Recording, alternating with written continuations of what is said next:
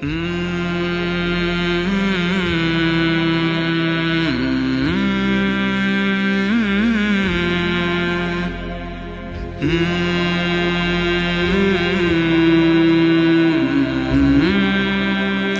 علیکم ورحمۃ اللہ وبرکاتہ۔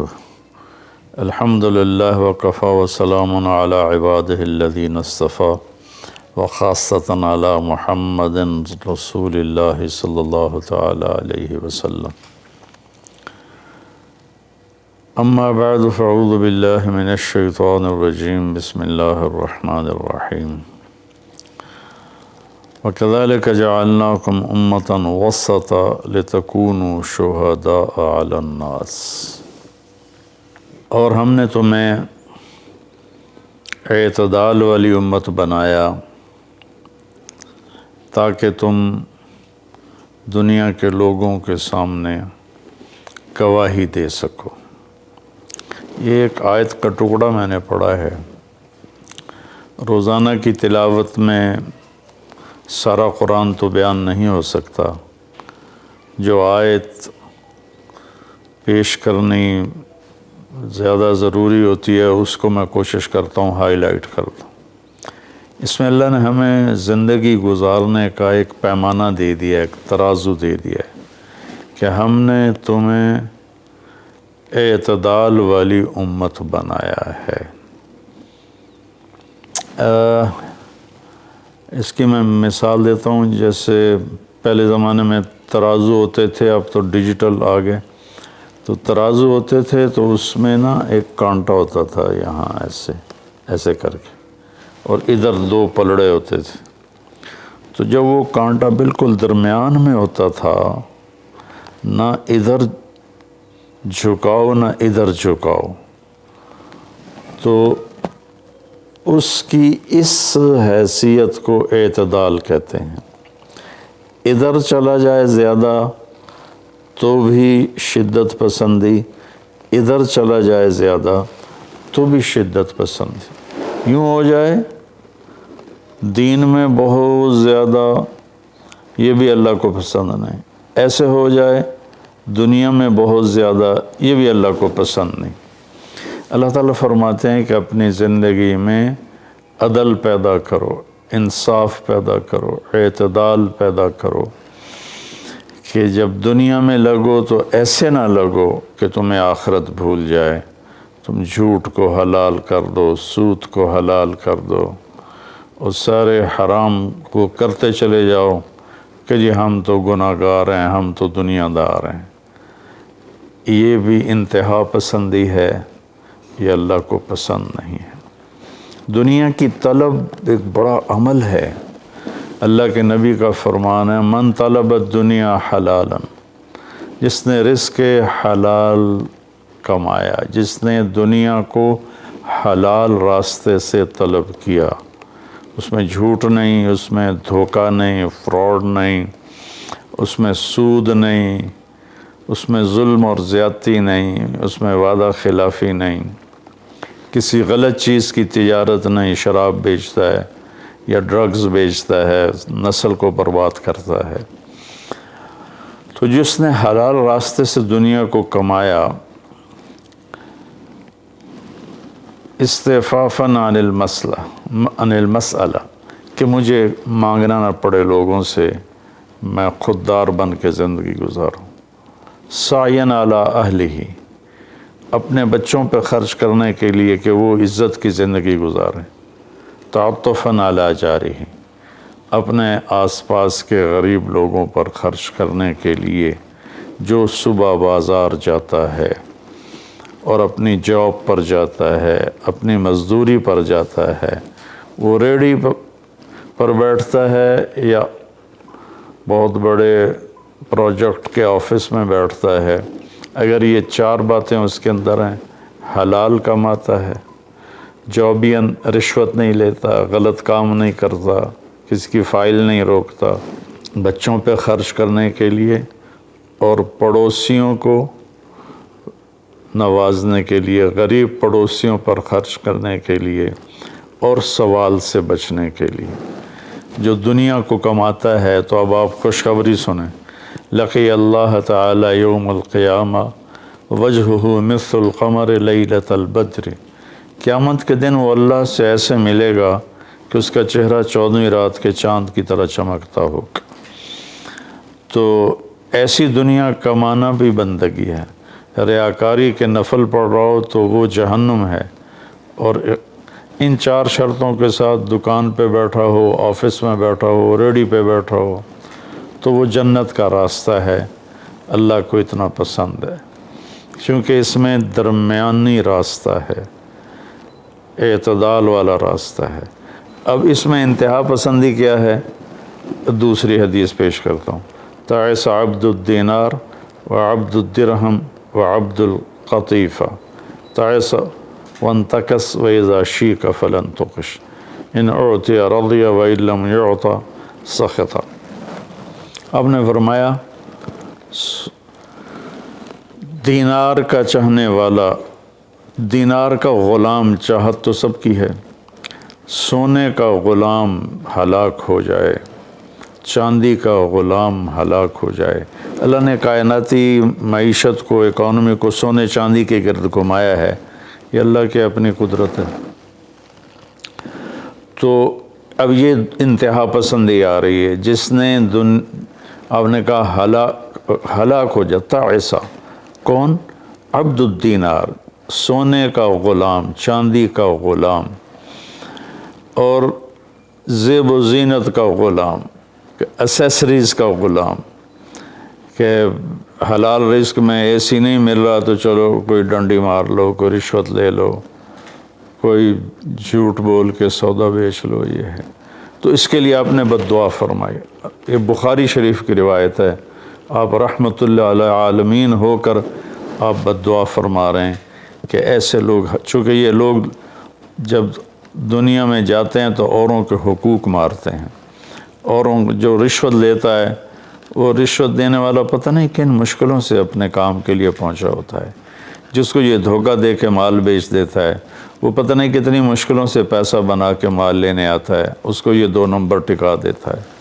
اس لیے ان کے لیے بد دعا فرمائی کہ یہ معاشرے کے لیے ناسور لوگ ہیں، چاہے یہ کتنے ہی نامور ہوں، لیکن یہ معاشرے کے لیے ایک عذاب ہیں، ایک مصیبت ہیں۔ تو دنیا میں بھی چلو تو درمیانہ راستہ اختیار کرو، اتنے نہ کھب جاؤ میرے بھائیو کہ ٹوائلٹ میں بھی سودے ہو رہے ہوتے ہیں، پیشاب کرتے ہوئے۔ ابھی میں کراچی سے لوٹا تو لاہور ایئرپورٹ پر میں وضو کرنے گیا تو پیچھے جو پیشاب کرنے کی جگہ ہوتی، وہاں ایک آدمی کھڑا ہوا، گردن کے ساتھ اس نے موبائل پکڑا ہوا تھا اور بولے جا رہا تھا، بولے جا رہا تھا، بولے جا رہا تھا۔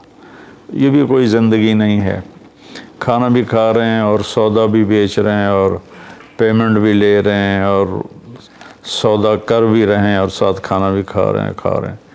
تو یہ تو کھانا زہر بن جاتا ہے۔ دماغ کی طرف سے آرڈر جاتا ہے کہ کھانا آ گیا ہے، تیار ہو جاؤ، معدے کو آرڈر ملتا ہے، ساتھ ہی فون کی گھنٹی بجتی ہے، فون اٹھاتا ہے تو آرڈر فون کی طرف چلا جاتا ہے، معدے کو آرڈر نہیں جاتا، غذا زہر بن جاتی ہے۔ تو ایسی دنیا کما کے کیا کرنا جس میں آپ کی صحت ہی برباد ہو جائے اور آپ اتنے مصروف ہو جائیں کہ گھر میں آ کر بھی کوئی بچوں سے دلچسپی نہیں، بس اپنے موبائل پر یا سودے کر رہے ہیں یا موبائل پہ کوئی گیمیں کھیل رہے ہیں یا کوئی مووی دیکھ رہے ہیں یا کوئی ڈرامہ دیکھ رہے ہیں۔ کتنی مائیں ہیں جو اس طرح اپنے بچوں کو جھٹک دیتی ہیں، وہ ڈرامہ دیکھ رہی ہوتی ہیں یا کوئی مووی دیکھ رہی ہوتی ہیں یا کوئی کلپ دیکھ رہی ہوتی ہیں، تو بچہ آتا ہے تو اس کو ہوں ہاں کر کے ٹال دیتی ہیں۔ میرے بھائیوں، میری بہنوں، اپنی زندگی کو وہ درمیان میں لاؤ، درمیان۔ میں آپ کو مثال دیتا ہوں، گاڑی کے چاروں ٹائر میں ہوا بیلنس ہو تو گاڑی صحیح چلتی ہے، چاہے ایف ایکس کیوں نہ ہو، اور اگر ہوا اوپر نیچے ہے، بیلنس نہیں ہے، تو مرسڈیز بھی ہوگی تو وہ چلنے میں آپ کو تکلیف دے گی۔ ایک گاڑی ہے، انسان بھی، اس کو بھی بیلنس آف لائف چاہیے۔ یہ گھر میں آؤ تو گھر کے ہو جاؤ، فون آف کر دو، اور اپنے بچوں سے بات کرو، بیوی سے بات کرو، ان کے ساتھ بیٹھو، ان سے گپ شپ کرو، اور گھر کی باتیں کرو، گھر کے مسائل ذکر کرو، باہر کے مسائل کو گیٹ پہ چھوڑ کے آ جایا کرو۔ تو یہ تو دنیا ہے نا، اللہ نے اس میں ناپسند کیا ہے کہ ہم اپنے آپ کو زیادہ کھو پائیں، لیکن دین میں بھی اللہ نے ناپسند کیا ہے کہ ہم اس میں زیادہ لگ جائیں۔ لا تغلو فی دینکم، اپنے دین میں انتہا پسندی پہ مت جاؤ۔ اللہ نے اپنے محبوب سے فرمایا فلا تذهب نفسك علیہم حسرات، میرے نبی آپ ان غیر مسلموں کو تبلیغ کرتے ہوئے اتنا دکھ نہ اٹھائیں کہ آپ خود آہیں بھرتے بھرتے فوت ہو جائیں۔ اللہ نے اپنے نبی سے فرمایا، نماز لمبی کی تو اللہ نے اس سے منع فرما کر فرمایا کہ ما انزلنا علیک القرآن لتشقی۔ اللہ نے اپنے نبی سے اعتدال مانگا، لا تبسطھا کل البسط، میرے نبی آپ مال خرچ کریں لیکن سارا نہ خرچ کریں، کچھ بچا کے بھی رکھیں۔ اللہ نے اپنے محبوب سے فرمایا، اس لیے تو اللہ نے زکوٰۃ کا نظام چلایا۔ تو اور ایک حدیث پہ پیش کرتا ہوں، 3 صحابہ آئے حضرت عائشہ رضی اللہ عنہ کے پاس کہ اللہ کے نبی کی رات کیسی ہوتی ہے، تو انہوں نے فرمایا کہ سوتے بھی ہیں اور اٹھتے بھی ہیں، نفل بھی پڑھتے ہیں، بلکہ آپ کی بہت خوبصورت عادت تھی، جب آپ تہجد سے فارغ ہو جاتے تو یوں کر کے لیٹ جاتے، ایسے کر کے، اور حضرت عائشہ رضی اللہ تعالیٰ عنہ بھی اٹھ جاتی تو آپ ان کے ساتھ اسی حال میں باتیں کرتے، گپ شپ لگاتے، تہجد کے وقت میں اپنی بیگم سے پیار محبت کی باتیں ہو رہی ہیں، اتنے میں حضرت بلال اذان دیتے تو آپ اٹھ کے 2 رکعت سنت ادا کرتے اور نماز پڑھانے کے لیے مسجد تشریف لے جاتے تھے۔ تو اتنی اعتدال کی لائف تھی، ہنسی مذاق فرماتے تھے، اور حضرت عائشہ رضی اللہ عنہ کو لقمے بنا کے کھلاتے تھے، ان کو آٹا گوندھ کے دیتے رہے جب تک حضرت عائشہ رضی اللہ عنہ کو آٹا گوندھنا نہیں آیا، کہ وہ چھوٹی عمر میں ان کی شادی ہوئی تھی۔ تو انہوں نے جب یہ سنا تو کہنے لگے وہ تو اللہ کے نبی ہیں، وہ تو کچھ بھی نہ کریں، بخشے بخشائے ہیں، ہمیں تو کچھ کرنا چاہیے، کیا کریں؟ ایک نے کہا میں ساری رات نہیں سوؤں گا، نفل پڑھوں گا، کتنی اچھی نیت کی ہے۔ دوسرے نے کہا میں ساری زندگی روزے رکھوں گا، کبھی افطار نہیں کروں گا، کتنی اچھی نیت ہے۔ تیسرے نے کہا میں شادی نہیں کروں گا، بس اللہ کی عبادت کروں گا اور اللہ کے راستے میں جہاد کروں گا، کتنی اچھی نیت ہے۔ آپ کو پتہ چلا تو آپ نے تینوں کو بلا لیا۔ تو آپ نے ان کو ڈانٹ پلائی، تم میرے اللہ کو مجھ سے زیادہ جانتے ہو، تم میرے اللہ سے مجھ سے زیادہ ڈرتے ہو، زیادہ تقوی والے ہو، میں تم میں سب سے زیادہ اپنے اللہ کو جانتا ہوں، سب سے زیادہ اللہ سے ڈرتا ہوں، میں کھاتا بھی ہوں، روزہ بھی رکھتا ہوں، میں نے شادی بھی کی ہے، میں سوتا بھی ہوں اور میں جاگتا بھی ہوں، اور میں نے آپ نے تو 11 شادیاں کی، 9 بیویاں زندہ تھیں جب آپ دنیا سے تشریف لے گئے، تو آپ کی خوبصورت زندگی تھی ان کے ساتھ۔ تو آپ نے تینوں کو ڈانٹا اور فرمایا کہ اعتدال کے ساتھ چلو، جس نے کہا میں شادی نہیں کروں گا شادی کرے، جس نے کہا میں روزہ نہیں چھوڑوں گا وہ روزہ چھوڑے، کہ مہینے میں 3 روزے رکھو بس،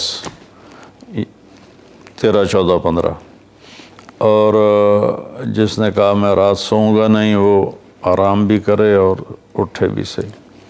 تو یہ زندگی اعتدال والی اللہ کو تو دین میں انتہا پسندی اچھی نہیں لگتی، اور اللہ نے اس کو رد فرمایا۔ ہمارے بعض نادان دوست قربانی کے نام پر پورے گھر کو اجاڑ دیتے ہیں اور انہیں احساس بھی نہیں ہوتا کہ کتنا بڑا نقصان کر رہے ہیں۔ سب سے بڑا تقاضا اسلامی تاریخ میں جنگ بدر کا ہے، اس سے بڑا تقاضا قیامت تک نہیں آئے گا کہ جن کے بارے میں اللہ کے نبی کی وہ گواہی ہے جو قیامت تک کسی کے لیے نہیں، ان تہلک هذه العصابۃ فلن تعبد، میرے رب اگر آپ نے اس جماعت کو ہلاک کر دیا تو پھر آپ کا نام لینے والا کوئی نہیں بچے گا۔ اتنی بڑی گواہی 313 کی، اور یہ اتنا بڑا تقاضا تھا اور اتنا بڑا یہ اس وقت اہم اور ضروری کام تھا، اور آپ نکلے اور ذوالحلیفہ 7 میل دور ہے۔ جب وہاں پہنچے تو حضرت عثمان اور اسامہ رضی اللہ عنہما کو آپ نے واپس بھیج دیا کہ آپ کی بیگم حضرت رقیہ رضی اللہ تعالی عنہ وہ حضور صلی اللہ تعالی علیہ وسلم کی دوسرے نمبر کی بیٹی تھیں۔ حضرت زینب پہلے نمبر پر، حضرت رقیہ دوسرے نمبر پر، ام کلثوم تیسرے نمبر پر، حضرت فاطمہ چوتھے نمبر پر۔ تو بیمار ان کو چیچک نکل آیا تھا، تو ان کو وہاں سے واپس بھیجا کہ جاؤ تم رقیہ کی تیمارداری کرو۔ وہ جنگ بدر میں شریک نہیں ہوئے، میرے نبی نے واپس کیا، لیکن جنگ بدر کے شریک صحابہ میں ان کا نام لکھوایا، دونوں کا۔ جب ہم بدری صحابہ کی فہرست کھولتے ہیں تو اس میں اسامہ اور عثمان رضی اللہ عنہما دونوں کا نام ذکر ہے، اور مال غنیمت میں ان کا حصہ بھی رکھا آپ نے۔ اتنے بڑے تقاضے کو آپ نے بیوی کی بیماری کی وجہ سے پیچھے کر دیا اور ان دونوں کو واپس بھیجا، اور رقیہ رضی اللہ عنہ کا انتقال ہو گیا۔ جب آپ واپس تشریف لائے تو وہ دفن ہو چکی تھی، تو آپ نے ان کی قبر پہ جا کر دعا فرمائی۔ تو میرے بھائیو، دین میں بھی اعتدال ہو، دنیا میں بھی اعتدال ہو۔ یہ رہبانیت تو نصارہ عیسائیوں میں تھی کہ شادی نہیں کرنی، نہانا نہیں، بال نہیں کٹوانے، ناخن نہیں صاف کرنے، پہلے، اب نہیں، پہلے جو قدیم عیسائی مذہب تھا۔ تو طبیعت میں اتنی شدت، غیر فطری زندگی، پھر وہ دوسرے طریقے سے اپنی خواہشات کو پورا کرتے تھے، تو اس سے میرے نبی نے روکا۔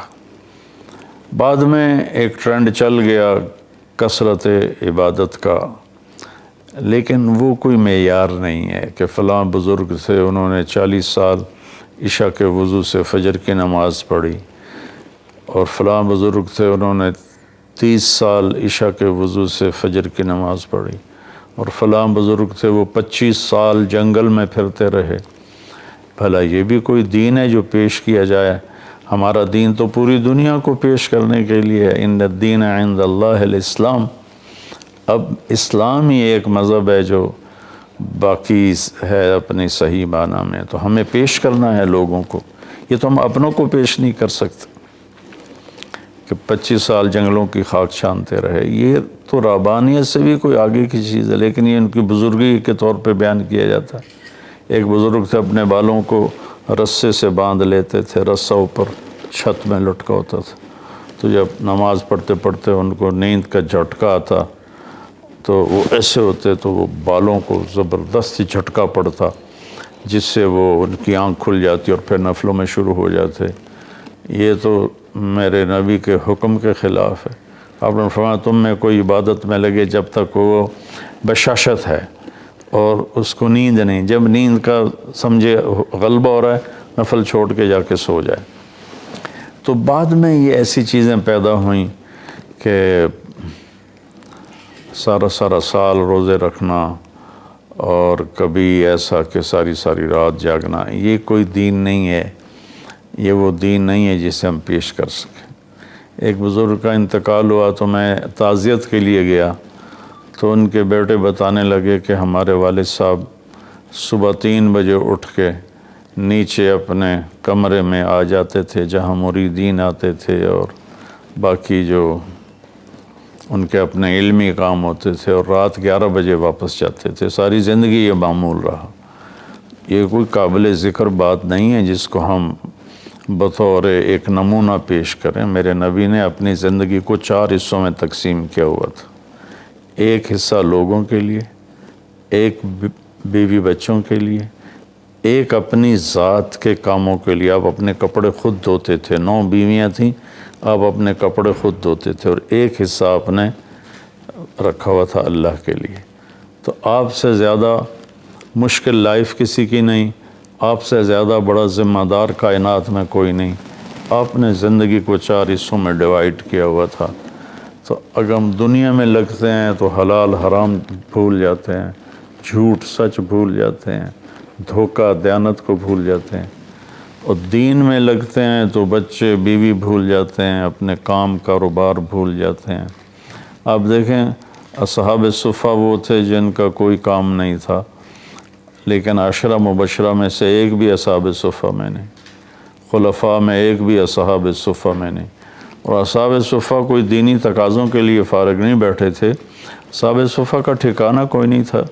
جب صدیقی دور میں ٹھکانے مل گئے تو اصحاب صفہ بھی ختم ہو گئے۔ تو بھائیو، میری گزارش ہے آپ سب کی خدمت میں کہ اعتدال کی زندگی گزارو، اللہ کے واسطے اعتدال کی زندگی گزارو۔ ایک صحابی آئے، بڑے مالدار تھے، کپڑے ان کے پرانے بھی تھے اور بڑے گھٹیا قسم کے تھے اور میلے بھی تھے۔ آپ نے ان سے فرمایا کیا ہوا، غریب ہو گئے ہو؟ کہا جی نہیں۔ آپ نے فرمایا تو اللہ نے جو تجھے دیا ہے تو وہ چاہتا ہے کہ اللہ تیرے اوپر اس کا اثر دیکھے، اٹھو جا کے کپڑے تبدیل کر کے آؤ۔ آپ نے ان کو واپس بھیجا، ان کے کپڑے تبدیل کروائے۔ تو یہ کہ کسی کو اللہ رزق دیتا ہے، وہ اچھے کپڑے پہنتا ہے، اچھی سواری استعمال کرتا ہے، اچھے گھر میں رہتا ہے، اپنا کاروبار دیکھتا ہے، اس کو دنیا داری نہیں کہتے۔ دنیا داری تو جھوٹ اور فراڈ اور حرام اور رشوت، جتنے غلط راستوں سے جو جانا ہے کاروباری زندگی میں، یہ دنیا داری ہے۔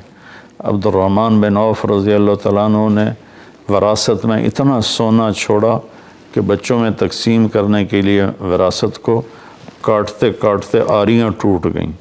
1000 گھوڑے، 10,000 بکریاں اور 1000 اونٹ، یہ مال مویشی ان کے پاس تھے، اور زمینیں الگ تھیں، لیکن وہ 10 بڑے صحابہ میں ہیں، ٹاپ 10 صحابہ میں ہیں۔ تو بھائیو، رمضان کا مہینہ ہے، اللہ سے مانگیں کہ اللہ ہمیں اعتدال والی زندگی نصیب فرمائے۔ السلام علیکم ورحمۃ اللہ۔